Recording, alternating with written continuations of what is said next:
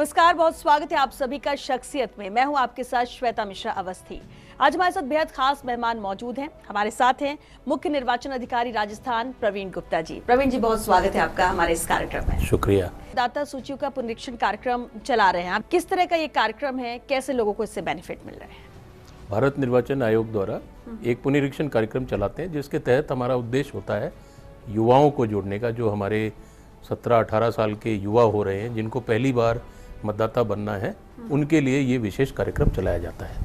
मतदाता helpline app भी बनाया, क्योंकि अब डिजिटल सब कुछ हो रहा है, ऐप भी बना हुआ है, इससे कैसे मदद जुड़ने में लोगों को मिल रही है? देखिए, बिल्कुल आपका ये सवाल वाजिब है कि मतदाता हेल्पलाइन ऐप, जो हमारा वोटर हेल्पलाइन ऐप है, जिसको आप घर बैठकर अपना मतदाता का रजिस्ट्रेशन कर सकते हैं फॉर्म 6 भरकर। बहुत आसान प्रक्रिया है। इस ऐप के जरिए नए लोग तो जुड़ते हैं, उनके लिए तो है कि फर्स्ट टाइम जो है वो ऐड हो सके, रजिस्ट्रेशन करा सके। लेकिन कई ऐसे लोग हैं जिनको दिक्कतें होती हैं, दूसरे स्टेट के हैं लेकिन राजस्थान में काफ़ी सालों से रह रहे हैं, वो कोशिश करते हैं कि वो कैसे जुड़ सके। उनके लिए भी क्या इसी ऐप के जरिए प्रक्रिया है या फिर कोई और ऑप्शन? देखिए, ये नेशनल लेवल ऐप है। जो वोटर हेल्पलाइन ऐप है वो नेशनल लेवल है। NVSP पोर्टल भी है, जो कि डेस्कटॉप पे जाकर भी कर सकते हैं। तो ये दोनों ऐप और दोनों पोर्टल नेशनल लेवल के पोर्टल हैं। कोई भी कहीं से भी बैठकर अपना रजिस्ट्रेशन करा सकता है। इवन आप अगर विदेश में बैठे हैं, आपका बच्चा पढ़ रहा है, तो वहाँ से उसका रजिस्ट्रेशन वो खुद कर सकता है बैठे बैठे। ये तो बहुत अच्छी चीज़ है कि कम से कम जो लोगों को दिक्कतें होती हैं उससे निजात मिल सकेगी। एक अहम चीज़ है, जब हम बात करते हैं कि आप वोट कब कास्ट कर सकते हैं, हम कहते हैं 18 साल के ऊपर है आप वोट कास्ट कर सकते हैं। जब रजिस्ट्रेशन को लेकर बात आती तो भी आयु 18 साल की, लेकिन इस बार कुछ बदलाव किए गए हैं आप लोग के जरिए। वो बदलाव क्या है? देखिए, पहली बार ये 17 के जो हमारे युवा साथी हैं, वो भी पहली बार अपना रजिस्ट्रेशन में भाग ले सकते हैं। और एक अभिभावक अपने बच्चे को एक गिफ्ट के रूप में 18 साल का अगर वो हो जाता है, तो उसको उसका वोटर रजिस्ट्रेशन, वोटर में पहली बार वो वोटर बनेगा, वो एक गिफ्ट के रूप में दे सकते हैं। तो मेरा सभी अभिभावकों से भी अनुरोध है कि इस जो प्रक्रिया भारत निर्वाचन आयोग द्वारा दी गई है उसका लाभ लें। और 17 प्लस के जो भी 2 जनवरी 23 से लेकर 1 अक्टूबर 23 तक जो बच्चे 18 साल के होंगे, वो भी आज रजिस्ट्रेशन करा सकते हैं। बिल्कुल। स्कूल कॉलेजेस की हम बात करें, यहाँ की जो स्टूडेंट्स हैं उनको रजिस्ट्रेशन कराना हो, उनको जुड़ना हो, उसके लिए अगर हम बात करें तो एक अहम बात है कि आप लोग ने क्लस्टर कैंप शुरू किया है, ऐसा आपने पहले कहा था, क्योंकि बहुत सारी चीज़ें ऐसी आपकी प्रायोरिटी में हैं जो करने हैं। इससे कैसे फ़ायदा मिलेगा, कैसे स्टूडेंट्स जुड़ सकेंगे इस क्लस्टर कैंप के जरिए? देखिए, शाला दर्पण जो स्कूल का पोर्टल है, जिसमें सभी बच्चों का रजिस्ट्रेशन स्कूल द्वारा किया गया है, तथा इसी तरह कॉलेज ने भी कोविड के दौरान में सभी बच्चों का ऑनलाइन रजिस्ट्रेशन किया है। 4 लाख बच्चे कॉलेजेस में पढ़ रहे हैं तथा 7 लाख बच्चे स्कूल एजुकेशन में जुड़े हुए हैं। तो 11 लाख बच्चे ये हमारे ऑलरेडी रजिस्टर्ड हैं। तो हम स्कूल और कॉलेजेस में जाकर ऐसे बच्चों के लिए वहीं पर ये सुविधा दे रहे हैं। तो ये रिस्पॉन्सिबिलिटी के स्कूल कॉलेजेस की रहती है, वो जुड़े हुए हैं और इसलिए वो बच्चों इस पर फोकस कर रहे हैं, या डायरेक्ट आप लोग उनसे जुड़े हैं? हम लोग भी जुड़े हुए हैं। हमने साक्षरता क्लब बनाए हुए हैं, जो निर्वाचन साक्षरता क्लब है, हमारे ELC क्लब्स कहलाते हैं, वो इसमें सहयोग प्रदान करते हैं। और हमारे साथ इसी तरह के NSS वॉलंटियर्स हैं, NCC वॉलंटियर्स हैं, वो भी बच्चे कैंपस एम्बेसडर के रूप में इस प्रक्रिया को बखूबी अंजाम दे रहे हैं। और एक चेन रिएक्शन के रूप में घर मोहल्लों तक वो इस प्रोग्राम का प्रचार भी कर रहे हैं कि कैसे घर बैठकर आसानी से आप अपना रजिस्ट्रेशन करा सकते हैं VHA ऐप के माध्यम से या NVSP पोर्टल द्वारा। पहले से अब में बहुत बदलाव हुआ है, जैसे हर विभाग है आगे बढ़ रहा है, सब डिजिटल किया जा रहा है ताकि लोगों को घर बैठे सुविधा मिल सके, जिसका भी आपने जिक्र भी किया। लेकिन अगर इसके अलावा मतदाता की हम बात करें, जो लगातार वोटर है, जुड़ा हुआ है, लेकिन अगर उससे कोई दिक्कत आती है तो उसके लिए कांटेक्ट करने के भी क्या कोई और आसान उपाय हुए हैं? देखिए, हमारे प्रत्येक बूथ पर राज्य में 51,187 पोलिंग स्टेशंस हैं। उतने ही हमारे बूथ लेवल ऑफिसर्स होते हैं, जिनको हम आम भाषा में BLOs कहते हैं। वो घर घर जाकर भी ये प्रक्रिया कर रहे हैं। ये सब उसके अलावा है। तथा साथ में 1950 को पहली बार भारत निर्वाचन आयोग का गठन हुआ था, तो उसी नंबर को हमने ले लिया और 1950 का एक नंबर है, टोल फ्री नंबर है, आप लगाएंगे तो आपको कोई भी दिक्कत है तो उसका उत्तर हमारी टीम देने की कोशिश करती है। कंट्रोल रूम बना हुआ है। वैसे तो विभाग हमेशा पूरे साल ही काम करता है जोड़ने का काम, मतदाताओं को जिस तरह से आगे बढ़ भी रहे, लेकिन जब चुनाव आते हैं, खासतौर से विधानसभा चुनाव की बात करें, उस वक्त काम और ज़्यादा बढ़ जाता है। अब क्योंकि अगले साल ही विधानसभा चुनाव है, इसके मद्देनजर अगर बात करें, ट्रांसजेंडर हो गए, विशेष योग्यजन हो गए, बुजुर्ग हो गए जो 80+ हैं, उनके लिए भी क्या खास तैयारियाँ हैं, खास फोकस है विभाग का? जो हमारे दिव्यांगजन हैं और हमारे बुजुर्ग हैं, सीनियर सिटीजन्स हैं, तथा हमारे ट्रांसजेंडर्स हैं, हमारी जिम्मेदारी है कि इनको भी हम पूरी लोकतंत्र की प्रक्रिया से जोड़ें और उनका रजिस्ट्रेशन करें।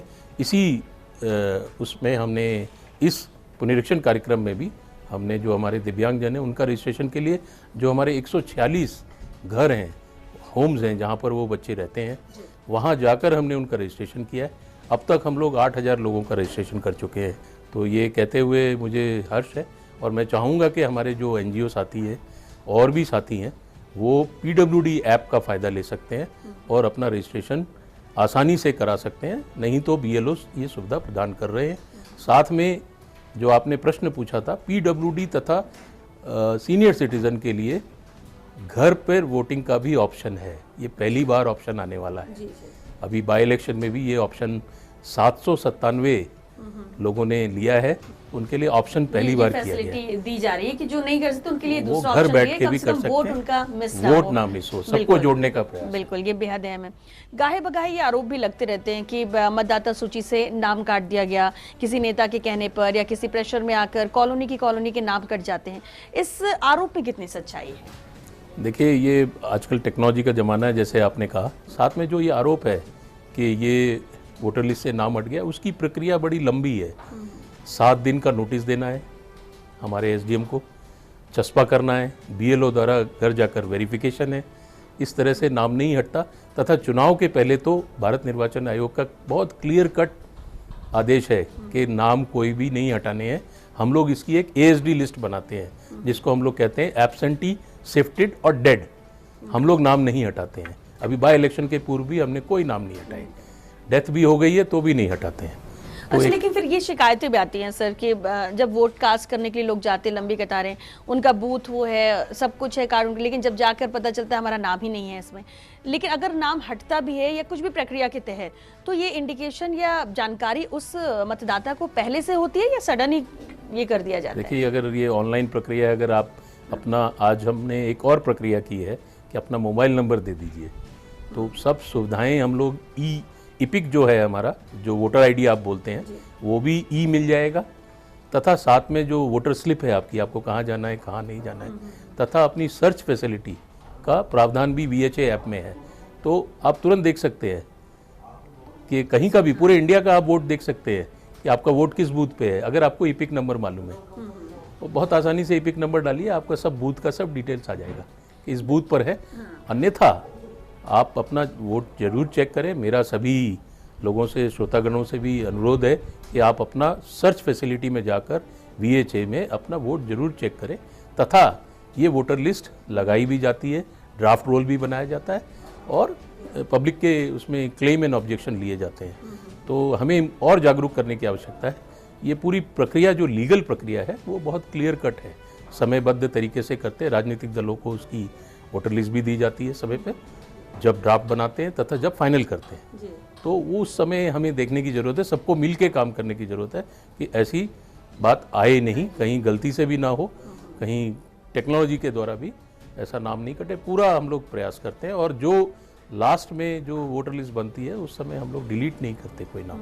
ये भारत निर्वाचन आयोग का बिल्कुल क्लियर कट आदेश है। तो मैं यहाँ एक भी अपने श्रोताओं को बताना चाहता हूँ कि हम लोग विधानसभा, लोकसभा, राज्यसभा, उपराष्ट्रपति और राष्ट्रपति चुनाव को ही देखते हैं। राज्य निर्वाचन आयोग है वो पंचायत चुनाव और नगर पालिका चुनाव देखता है। तो हम लोग अपनी वोटर लिस्ट हमारी बिल्कुल, हमारी जो होनी चाहिए उसकी सैनिटी, उसको पूरा बनाने का प्रयास कर रहे हैं और टेक्नोलॉजी का पूरा यूज़ कर रहे हैं कि किसी का कोई नाम हटे नहीं। इसी प्रयास में ये पुनरीक्षण कार्यक्रम रखा गया है कि ज़्यादा से ज़्यादा लोग जुड़े। कोशिश है हमारी कि हम सारे युवाओं को जोड़ सके। पिछले वर्ष भी हमने 20 लाख युवा जोड़े थे एक माह में। तो कोई वोट छूटे नहीं, हमारे बीएलओज घर घर इस जाकर बार तो टारगेट और ज्यादा बड़ा होगा कि हमने पिछली बार इतने जोड़े 17 तो प्लस 17 प्लस को भी जोड़ के जोड़ दिए पहली बार हैं, कर रहे हैं। बिल्कुल, तो निश्चित तौर पर अब तक हम लोग 6.5 लाख वोटरों को फॉर्म 6 के द्वारा जोड़ चुके हैं। एक अहम बात ये भी कि हर चीज डिजिटल हो रही है, ऑनलाइन हो रही है, आपको फिजिकल मैनुअल जाकर ही हर काम कराने की जरूरत नहीं है, ये सुविधा है। लेकिन अगर जिस तरह से ऐप भी लॉन्च हुए हैं, ऑनलाइन भी चीजें हो चुकी हैं, लेकिन ग्रामीण क्षेत्रों में भी लोग, अब तो खैर ठीक है फोन मोबाइल हर जगह हो गए, लेकिन फिर भी इस तरह की प्रोसेस से जागरूक रहें, उन्हें जानकारी रहे, इसके लिए भी क्या कोई कार्यक्रम चलाए जाते हैं? बिल्कुल सही प्रश्न है कि हमें ग्रामीण जनता को भी साथ लेकर चलना है, हमारे युवा साथियों के साथ साथ। तो इसके लिए चुनावी पाठशाला हमारा एक फोरम है, जो कि गांव में जो आंगनवाड़ी कार्यकर्ता है, जो हमारी एएनएम साथी हैं, और भी गांव के जो भी सदस्य हैं, स्वयं सहायता समूह हैं, महिलाओं के लिए विशेष तौर पर, तो ये हमारी पाठशाला है जिसको हम लोग हर 15 दिन में उनसे मिलते हैं एसएसआर के दौरान में। उसी कड़ी में बीएलओ जो हमारा बूथ लेवल ऑफिसर है तथा सुपरवाइज़र, 2 लोग गांव-गांव जाके डोर टू डोर सर्विस भी देते हैं। तो इस तरह से दोनों का जुड़ाव है, ये टेक्नोलॉजी प्लस मैन्युअली जाके काम करते हैं, तो दोनों मिलकर कोई भी ना छूटे। हमारा उद्देश्य ये है कि कोई मतदाता छूटे ना। बिल्कुल, तो इसलिए इस पर भी फोकस पूरी तरह से फोकस के साथ भारत निर्वाचन आयोग काम कर रहा है कि दूर दराज में बैठा लास्ट माइल पे जो हमारा वोटर है उससे हम जुड़ सकें। बिल्कुल। और प्रवीण जी, क्योंकि वोटर आईडी बहुत ज़रूरी है, वोट कास्ट करना बहुत ज़रूरी है, और इसके लिए आपके विभाग की जिम्मेदारी भी बेहद अहम हो जाती है। आपसे चर्चा हम आगे भी जारी रखेंगे, लेकिन फिलहाल एक छोटे से ब्रेक के लिए यहाँ रुकेंगे। जल्द लौटेंगे इस ब्रेक के बाद, आप बने रहिए हमारे साथ।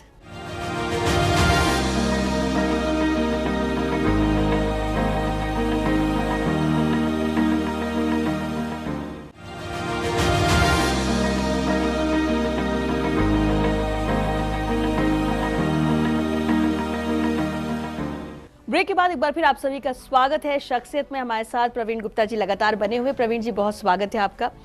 अहम फैसले लिए जाते हैं, लेकिन वोटर आईडी कार्ड को आधार से जोड़ने का जो फैसला लिया गया है, इसके क्या मायने, कितना बेनिफिशियल ये रहा है? देखिए, भारत निर्वाचन आयोग द्वारा 30 दिसंबर 2021 को जो नोटिफिकेशन निकला, उसके बाद से इस प्रक्रिया को आगे बढ़ाया गया, तथा साथ में हम लोगों ने राजस्थान में 1 अगस्त से अभियान छेड़ा था, जो कि पिछले 4 महीने से चल रहा है, और जिसके तहत ये मुझे बताते हुए खुशी है कि हमने 80% से ऊपर आधार कार्ड का कलेक्शन किया है पूरे राजस्थान में, जो कि संख्या 4 करोड़ के लगभग है।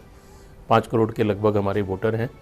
और इस प्रक्रिया का मुख्य उद्देश्य डी डुप्लीकेशन को रोकना है। जैसे आप अभी बात कर रहे थे कि डुप्लीकेसी बहुत है, वोटर लिस्ट बहुत सही नहीं बनती है, तो उसको दुरुस्त करने के लिए साथ में कई बार नामों में गलती होती है, कुछ लोगों को ज़रूरत पड़ती है कहीं, तो वो एक उसमें नाम अलग है, एक उसमें नाम अलग है, तो उसको बैकएंड से मैचिंग करने के लिए हमने आधार कार्ड का कलेक्शन। कितना कामयाब ये अभियान रहा?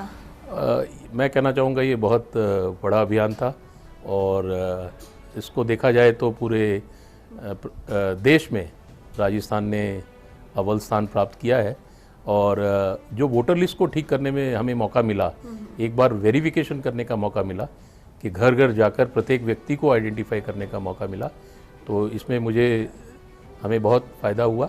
और हमने जो नाम डेथ हो गई है, शिफ्ट हो गए हैं, ऐसे नामों को डिलीट भी किया। साथ ही ऑनलाइन आवेदन करने में भी राजस्थान अव्वल रहा है, नंबर 1 रहा है।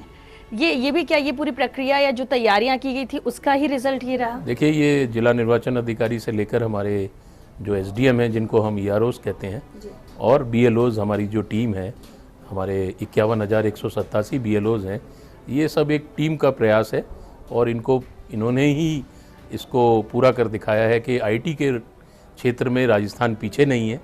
और बीएलओ के पास उसका एक गरुड़ा ऐप होता है, उसमें वो आज सारी जानकारी रखता है, उसको फिजिकल रजिस्टर रखने की ज़रूरत नहीं है। सारी जानकारी बीएलओ की अपनी बूथ की उस गरुड़ा ऐप में है, तो वो तुरंत ही वेरीफाई करता है चीज़ों को। और ये सब प्रक्रिया ऑनलाइन होती है, पहले ये प्रक्रियाएं फिजिकल होती थी। तो ये समय हम लोग बचा रहे हैं, और जल्दी से जल्दी 7 दिन में कोशिश करते हैं कि वोटर का जो भी वेरिफिकेशन है वो कर हम लोग उसको रजिस्टर कर सके। प्रयास यही है। बिल्कुल प्रवीण जी, मुख्य निर्वाचन अधिकारी की जिम्मेदारी आपको दी गई और बखूबी उससे लेकर आप काम भी कर रहे हैं, लेकिन कौन से आपकी बेस्ट प्रैक्टिस रही है, क्या नवाचार आपके रहे हैं इस डिपार्टमेंट में आने के बाद? देखिए, ट्रांसजेंडर की बात चल रही थी अभी, तो हम लोगों ने ट्रांसजेंडर को जोड़ने का प्रयास किया है। जो भी ट्रांसजेंडर वेलफेयर बोर्ड बने हुए हैं, सामाजिक न्याय विभाग के साथ मिलकर कैंप लगाए थे हमने अक्टूबर माह में। तो इस तरह से हमने 300 ट्रांसजेंडर्स भी जोड़े हैं अभी, और प्रयास है कि इस तरह के जो समाज में सभी लोगों की भागीदारी सुनिश्चित करने के लिए, लोकतंत्र को मजबूत करने के लिए और विकास के लिए ज़रूरी है कि सबकी भागीदारी रही। तो उसके तहत ट्रांसजेंडर्स पे एक काम किया। जैसे अभी आपने ऑनलाइन के लिए कहा था, तो राजस्थान ने इसकी शुरुआत की थी पूरे देश में। ये फिर लोगों ने इसको दूसरे राज्यों ने भी सोचा कि, और भारत निर्वाचन आयोग ने भी सभी को कहा कि जब राजस्थान कर सकता है तो आप भी ऑनलाइन की प्रक्रिया अपनाइए। लोग घर बैठकर कैसे आसानी से उन तक जानकारी पहुंचे और बीएलओ इसमें सहयोग करें। बिल्कुल, अभी आपने जानकारी भी दी वोटर आईडी जोड़ने या वोटर आईडी जो कार्ड शुद्धिकरण की बात करें कि ट्रांसपेरेंसी भी रहे, अगर डबल नाम है उसको हटाना है, सब ये पूरी प्रक्रिया होती है। कितना अहम ये पूरी प्रक्रिया है, कितना कह सकते हैं कि मेहनत यहाँ पर विभाग के द्वारा लगती है, या फिर इसका भी टाइम बाउंडेशन है कि आप अगर शॉर्ट लिस्ट करने पे आओ तो बहुत जल्दी ये चीज़ें हो जाती हैं? देखिए, ये प्रक्रिया तो मॉनिटरिंग की है, और ऑनलाइन व्यवस्था होने से आपने सही कहा कि समय कम लगता है और पहचान जल्दी हो जाती है कि कहाँ क्या गलती हो रही है या कहाँ डुप्लीकेसी आ रही है। आजकल सॉफ्टवेयर्स हैं जिसमें हम लोग फ़ोटो मिलान कर लेते हैं, हम लोग डीडुप्लीकेशन सॉफ्टवेयर डाल के नाम, एज वगैरह और आपका फादर्स नेम और वो सब करके भी डीडुप्लीकेशन की एक्सरसाइज कंटिन्यूस सतत प्रक्रिया है, करते रहते हैं, आसानी से होती है और अब हमारे सिस्टम में आ गई है। तो हम लोग कोशिश कर रहे हैं कि हमारी वोटर लिस्ट जो हो वो पूरी तरह से सैनिटाइज्ड हो, इसमें कोई गलत नाम ना हो, कोई नाम छूटे ना, और पूरी जानकारी वोटर तक कैसे दे। इसके लिए हमने एक वोटर गाइड भी जारी करते हैं। जब पहले बार मतदाता बनता है उसको हम एक लेटर भी भेजते हैं। हम लेटर भेजते हैं कि आप you are our proud voter, आप हमारे मतदाता बने हैं, ये गर्व की बात है हमारे लिए और आपके लिए, और आपकी भागीदारी लोकतंत्र में बढ़ाने के लिए उसको हम एक चिट्ठी भी लिखते हैं, प्रिय मतदाता करके। साथ में एक वोटर गाइड भी भेजते हैं कि कितनी सरल है ये प्रक्रिया अगर आप बूथ पर पहुंचते हैं, कैसे ईवीएम काम करती है। और बेहद अहम रोल निर्वाचन आयोग का भी हो जाता है जब इलेक्शन होने वाले होते हैं। तैयारियां तो बैक एंड से करते हैं आप लोग, लेकिन लोगों में भी अवेयरनेस को लेकर कई प्रोग्राम चलाए जाते हैं। क्या अभी भी उन चीज़ों पर फोकस है? हालांकि पहले ज़रूर इतना डिजिटल नहीं हुआ था, चीज़ें ऑनलाइन फैसिलिटी उतनी नहीं थी, अब इस पर फोकस ज़्यादा है, लेकिन क्या इसके साथ साथ अवेयरनेस को लेकर भी प्रोग्राम्स चलाए जाते हैं विभाग की तरफ? बिल्कुल, हमारे यहाँ एक पूरा सेल होता है जिसको हम लोग स्वीप कहते हैं। ये 2011 में कार्यक्रम भारत निर्वाचन आयोग द्वारा शुरू किया गया था, मानते हुए कि वोटर में अर्बन एपैथी ज़्यादा आ रही है। अर्बन एरियाज़ में लोग वोट डालने नहीं आते हैं। उसके तहत ये कार्यक्रम शुरू किया गया। जब 2011 में देखा गया कि 60% वोटिंग हो रही है। अभी राजस्थान में पिछले विधानसभा चुनाव में भी 72-73% वोट पड़े। तो ये स्वीप कार्यक्रम है जिसके द्वारा हम अवेयरनेस करते हैं गाँव-गाँव में, और ये हमारी पूरी टीम बनी हुई है। जैसे आपने कहा, कन्वर्जेंस करते हैं विभागों के साथ, और सभी विभाग मिलकर लिटरेसी क्लब, चुनावी पाठशाला तथा वोटर अवेयरनेस फोरम प्रत्येक विभाग में, हम आपके यहाँ भी वोटर अवेयरनेस फोरम बनाना चाहेंगे, और हम सभी जगह यूनिवर्सिटीज़ हों, कॉरपोरेट्स हों, विभाग हों सरकारी, कोशिश कर रहे हैं कि वहाँ अवेयरनेस फोरम बने, वहाँ नोडल अधिकारी नियुक्त करें, वो जानकारी दें, परिवारजन में उनको जानकारी मिले कि किस तरह से। तो हमारी पहुंच हम लोग कॉलेज स्कूल के अलावा भी सब जगह इन तीनों फोरम्स के द्वारा, चुनावी पाठशाला, वोटर अवेयरनेस फोरम तथा हमारे लिटरेसी क्लब, इनके द्वारा हम लोग अपना स्वीप कार्यक्रम करते हैं, जन जागृति का कार्यक्रम करते हैं। आईटी के बारे में, आईटी की जो ऐप्स हैं उनके बारे में जानकारी देते हैं। पीडब्ल्यूडी ऐप है जो हमारे दिव्यांगजनों के लिए है, उसके बारे में पूरी जानकारी सभी संस्थानों को देते हैं। प्रवीण जी, वैसे तो हर एंगल से, हर तरह से कैसे फैसिलिटी मिल सके वो आप लोग की कोशिश विभाग की रहती है, लेकिन अगर हम बुजुर्गों की बात कर लें, 100+ की बात कर लें, जब ये तस्वीरें देखने को मिलती है तो बहुत ज़्यादा मोटिवेशन मिलता है कि ये भी पहुँच रहे हैं। उनके लिए भी क्या कुछ खास इंतजाम रहेंगे आने वाले चुनावों के मद्देनजर? देखिए, हमने अंतर्राष्ट्रीय जो वृद्ध दिवस था उसके उपलक्ष्य में हमने अपने सभी हमारे जो 100+ मतदाता थे, जिनकी संख्या 14,000 के करीब थी, उनको घर जाकर, अगर वो नहीं आ सकते थे और अगर वो कहीं हमारे बूथ पर आए तो हमने उनको बूथ पर हमारे जो मुख्य निर्वाचन आयुक्त हैं भारत निर्वाचन आयोग के, उनके द्वारा प्रशस्ति पत्र भेजा गया था। तो ऐसे हमने घर जाकर उनको या बूथ पर जहाँ भी वो आ सके वहाँ जाकर उनको हमने सम्मानित किया है। ये बिकॉज हमारे ये ऐसे मतदाता हैं जिन्होंने लोकतंत्र को मजबूत करने में आज तक अपनी स्वतंत्रता से आज तक इसमें अपना योगदान दिया है। ऐसे मतदाता आपने जैसे कहा कि प्रेरित करते हैं हमारे युवाओं को और अन्य मतदाताओं को कि घर से निकलकर अपनी भागीदारी करें और जो नारा दिया है कि कोई मतदाता छूटे ना, उसमें उसको साकार करने में पूरा सहयोग करें। तो एक ये हमने कार्यक्रम किया था। साथ में जो बूथ पर आपने पूछा, तो हम लोग बूथ पर हमारी जो मिनिमम फैसिलिटीज़ हैं, रैम्प्स हैं, हम लोग व्हील चेयर्स देते हैं, हम लोग ट्रांसपोर्टेशन देते हैं घर से लाने का हमारे दिव्यांगजनों को। हमारे राज्य में जो हमने जो चिन्हीकरण किया है 5,22,000 दिव्यांगजन हैं जिनको हम लोग ट्रांसपोर्टेशन फैसिलिटी देने के लिए हमारा BLO जाते हैं। अगर वो हाँ करते हैं और या PWD ऐप द्वारा भी वो भर सकते हैं, मांगते हैं तो हम उनको ट्रांसपोर्ट फैसिलिटी भी। अच्छा होगा, कम से कम जो दिक्कतें होती हैं उसको सॉर्ट आउट आप लोग ने किया और इस वजह से बुजुर्ग भी बढ़ चढ़ कर हिस्सा लेते हैं मतदान में। एक अहम सवाल और है प्रवीण जी, हमने ठीक है आपके विभाग को लेकर बात की क्योंकि जिम्मेदारी अहम है और ज़रूरी भी है ये जानना, लेकिन अगर हम प्रवीण गुप्ता जी के बारे में बात करें, कैसा सफ़र अब तक आपका रहा है? क्योंकि जब हम नेता, राजनेता, मंत्री या सेलिब्रिटी की बात करते हैं तो आपको सब पता होता है संघर्ष, लेकिन एक अधिकारी के तौर पर शुरुआत करना, इस मुकाम तक पहुंचना कैसा रहा? देखिए, भारतीय प्रशासनिक सेवा का जो राजस्थान में मेरा एक्सपीरियंस है, मैं कहना चाहूँगा कि ये एक मेरे लिए जो काम करने का मौका मिला लोगों के साथ, चाहे मैं अपनी बात करूं कि मैंने उदयपुर से स्टार्ट किया था अपनी ट्रेनिंग, माउंट आबू में मैं उपखंड अधिकारी रहा जहां हमें अपने ट्राइबल्स के साथ बहुत कुछ काम करने के लिए मिला, चाहे एजुकेशन हो, हेल्थ हो, तो उनके लिए जो काम किया उससे बड़ा जो सेटिस्फैक्शन मिलता है वो मैं कह सकता हूँ कि राजस्थान एक ऐसा स्टेट है जो काम करने की अपॉर्चुनिटी देता है। साथ में जहाँ मैं कलेक्टर रहा 2-3 जिलों में और फिर अब यहाँ पर काम कर रहा हूँ, तो प्रत्येक पद पर काम करने का बहुत स्कोप रहता है कि जनता के लिए कुछ ना कुछ कर सकते हैं। तो ये मेरा अनुभव जो रहा है वो मैं मानता हूँ कि सेवा करने का जो मौका मिला वो पूरा करने का कुछ कोशिश की और साथ में जनता का सहयोग भी मिला। आदर्श आप किसे मानते हैं? आदर्श तो मैं अभी भी अपने पिताजी को ही मानता हूँ कि जिनकी वजह से मैं यहाँ हूँ, उन्होंने ही मुझे मोटिवेट किया बचपन से, तो मैं उनको ही अपना आदर्श मानता हूँ। वैसे तो काम और प्लानिंग सब चीज़ें चलती रहती है, लेकिन इसके अलावा भी जब खाली वक्त मिलता है तो क्या करना पसंद करते हैं? खाली वक्त में देखिए, खेल तो खेलते ही हैं रोज़मर्रा में, लेकिन साथ में पढ़ने का शौक़ है, तो इकोनॉमिक्स से रिलेटेड चीज़ों पे लिखना पढ़ना पसंद है। मैंने अपनी एक डिग्री भी अलग से हासिल की US जाकर, तो पब्लिक फाइनेंस में, तो उसी में आनंद आता है पूरे वर्ल्ड वाइड चीज़ों को समझने का, करने का, कि भारत किस ओर जा रहा है, अग्रसर कर रहा है। तो ये मेरा कुछ अपना खाली टाइम में बहुत सारा। प्रवीण जी, उपचुनाव आपके नेतृत्व में यहाँ पर संपन्न हुआ है और बहुत ही अच्छी तरीके से हुआ। कितने अहम चैलेंज के तौर पर इसे लिया आपने? देखिए, हर चुनाव या बाई इलेक्शन महत्वपूर्ण होता है। हमारी जिम्मेदारी होती है कि निष्पक्ष चुनाव हो और उसी के तहत भारत निर्वाचन आयोग ने 3 ऑब्जर्वर भी भेजे हैं, जनरल ऑब्जर्वर, पुलिस ऑब्जर्वर और जो एक्सपेंडिचर ऑब्जर्वर, उनके उसमें ये चुनाव हो रहे हैं।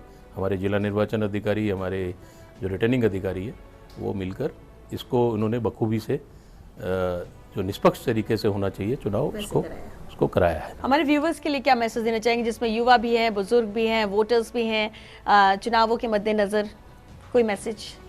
मैं अपने आपके श्रोताओं को ये कहना चाहूँगा कि देखिए, जो भारत निर्वाचन आयोग का प्रयास है, हमारा सबका प्रयास है कि कोई भी मतदाता छूटे ना, तो उसको साकार करने के लिए जो समावेशी चुनाव हों, तो मैं सबसे अनुरोध करना चाहूँगा कि जो हमारी सुविधाएं हैं या आपको कोई भी असुविधा है, 1950 की जो कॉल करके आप ज़्यादा दूर नहीं है वो आपसे, तो आप उसका फ़ायदा लें और जागरूक नागरिक के रूप में अपने मताधिकार का प्रयोग करें। साथ में वोटर बनने के लिए अपने सभी अभिभावकों से भी अनुरोध करूंगा कि बच्चों को प्रोत्साहित करें और गिफ्ट के रूप में उनको 18 वर्ष के अपना वोटर आईडी उनको दें या उनको वोटर बनने का एहसास कराएं। तो इससे प्रदेश की प्रगति में तथा लोकतंत्र को मजबूत करने में सहयोग मिलेगा। प्रवीण जी, उम्मीद करते हैं कि जो लक्ष्य लेकर आप चल रहे हैं उसमें और ज़्यादा कामयाबी मिले। हालांकि अब तक जो प्लानिंग की गई, जो अभियान चलाया गया, उसमें कामयाबी मिली है और इसी का परिणाम है कि संख्या किस तरह से लाखों में बढ़ भी रही है और विधानसभा चुनाव के मद्देनजर भी जिम्मेदारियां और बढ़ जाती हैं। बहुत शुक्रिया आपका हमारे शो में आने के लिए। धन्यवाद। चलिए, इसी के साथ शख्सियत में आज के लिए बस इतना ही। फिर हाजिर होंगे नई शख्सियत के साथ, तब तक के लिए दीजिए इजाजत। नमस्कार।